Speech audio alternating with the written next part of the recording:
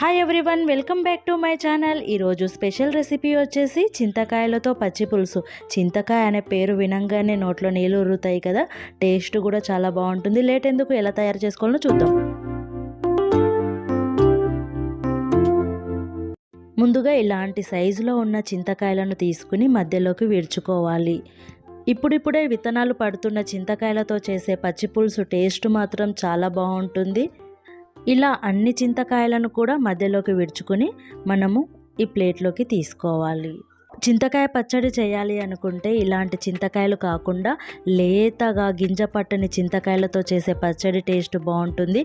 పచ్చి పులుసుకు మాత్రం ఇలాంటి చింతకాయలతోనే చేస్తేనే చాలా మంచి టేస్ట్ వస్తుంది. ఇప్పుడు ఈ చింతకాయలను ఉడికించుకోవడానికి మనము ఈ మట్టి కుండని తీసుకోవాలి. వాటర్ వేసుకోవాలి. 2-3 సార్లు మంచిగా క్లీన్ చేసి పెట్టుకున్న ఈ చింతకాయలను మట్టి కుండలో వేసుకోవాలి. ఇలా మట్టి కుండలో చేస్తేనే ఈ పచ్చి పులుసు టేస్ట్ మాత్రం చాలా బాగుంటుంది. మేము చిన్నగా ఉన్నప్పుడు మా నాయనమ్మ ఇలా పచ్చి పులుసు చేసి పెట్టేది. టేస్ట్ చాలా బాగుంటుంది. 5-6 నిమిషాల తర్వాత ఇలా ఉడకడం స్టార్ట్ అవుతుంది. మనకు ఉడికిందో లేదో తెలవాలి అంటే ఇలా ఒక పొంగు వస్తుంది.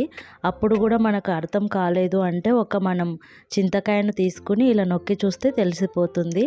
ఇలా మంచిగా ఉడికింది చింతకాయలు. ఇలా ఉడికిన చింతకాయలను అన్నిటినీ మనము ఒక ప్లేట్లోకి తీసుకుని పక్కన పెట్టుకోవాలి. చింతపండుతో చేసే పచ్చి పులుసు కన్నా చింతకాయలతో చేసే పచ్చి పులుసు టేస్ట్ మాత్రం చాలా బాగుంటుంది.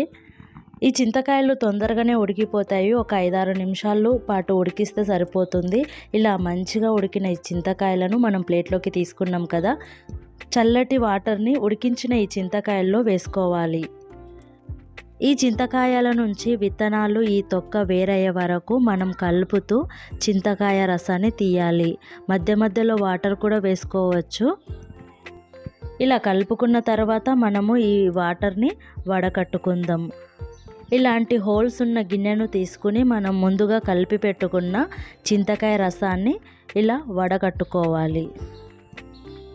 రసం మొత్తం కిందికి వెళ్తుంది. ఇలా వేస్టేజ్ మొత్తం పైన ఉంటుంది.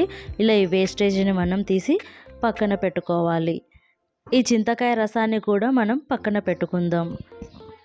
ఈ పచ్చి పులుసులోకి పచ్చిమిరపకాయలను ఇలా కాల్చి వేసుకోవాలి.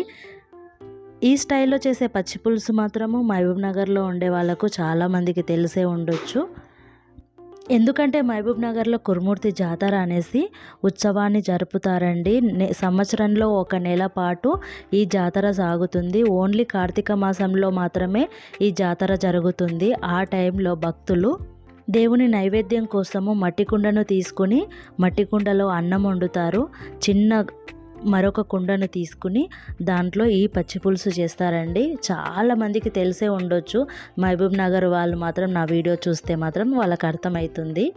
వాళ్ళు మాత్రం ఈ పచ్చిమిరపకాయలను నిప్పుకల పైన కాల్చి చెయ్యితోనే పచ్చి పులుసులో కలుపుతారండి.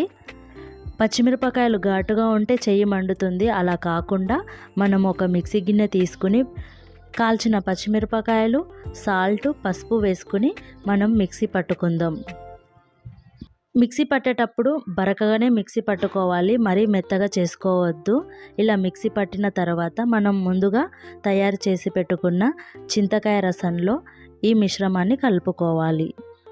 ఇలా ఒకసారి కలుపుకోవాలి. ముందుగా ఈ ఉల్లిపాయ ముక్కలను పొడుగా లేదా అడ్డంగా కట్ చేసుకోవాలి. అడ్డంగా కన్నా పొడుగా కట్ చేసుకుంటే మంచిగా ఉంటుంది. మనం తినే ముద్దకు ఈ ఉల్లిపాయలను పెట్టుకుని తింటే చాలా అంటే చాలా బాగుంటుంది. అలాగే చిన్న బెల్లం ముక్కను వేసుకోవాలి. వీటిని పక్కన పెట్టుకుని మరొక కుండను తీసుకుని స్టవ్ పై పెట్టుకోవాలి.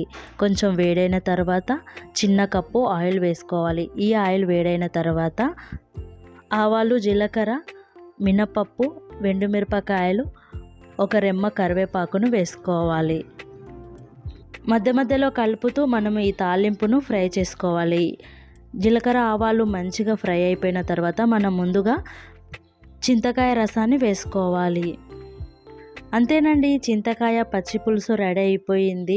టేస్ట్ మాత్రం చాలా బాగుంటుంది. తప్పకుండా మీరు ఇంట్లో ట్రై చేయాల్సిన రెసిపీ అండి. కొంచెం పుల్ల పుల్లగా, కారం కారంగా ఎంత కమ్మగా ఉంటుందంటే మాటల్లో అయితే చెప్పలేను అండి. అంత టేస్ట్గా ఉంటుంది ఈ పచ్చి పులుసు మాత్రం. చింతకాయ పచ్చి పులుసు రెసిపీ మీకు నచ్చిందా? మరిన్ని కొత్త రెసిపీస్ కోసం నా ఛానల్ని లైక్ చేయండి, షేర్ చేయండి, సబ్స్క్రైబ్ చేసుకోవడం మాత్రం అస్సలు మర్చిపోకండి.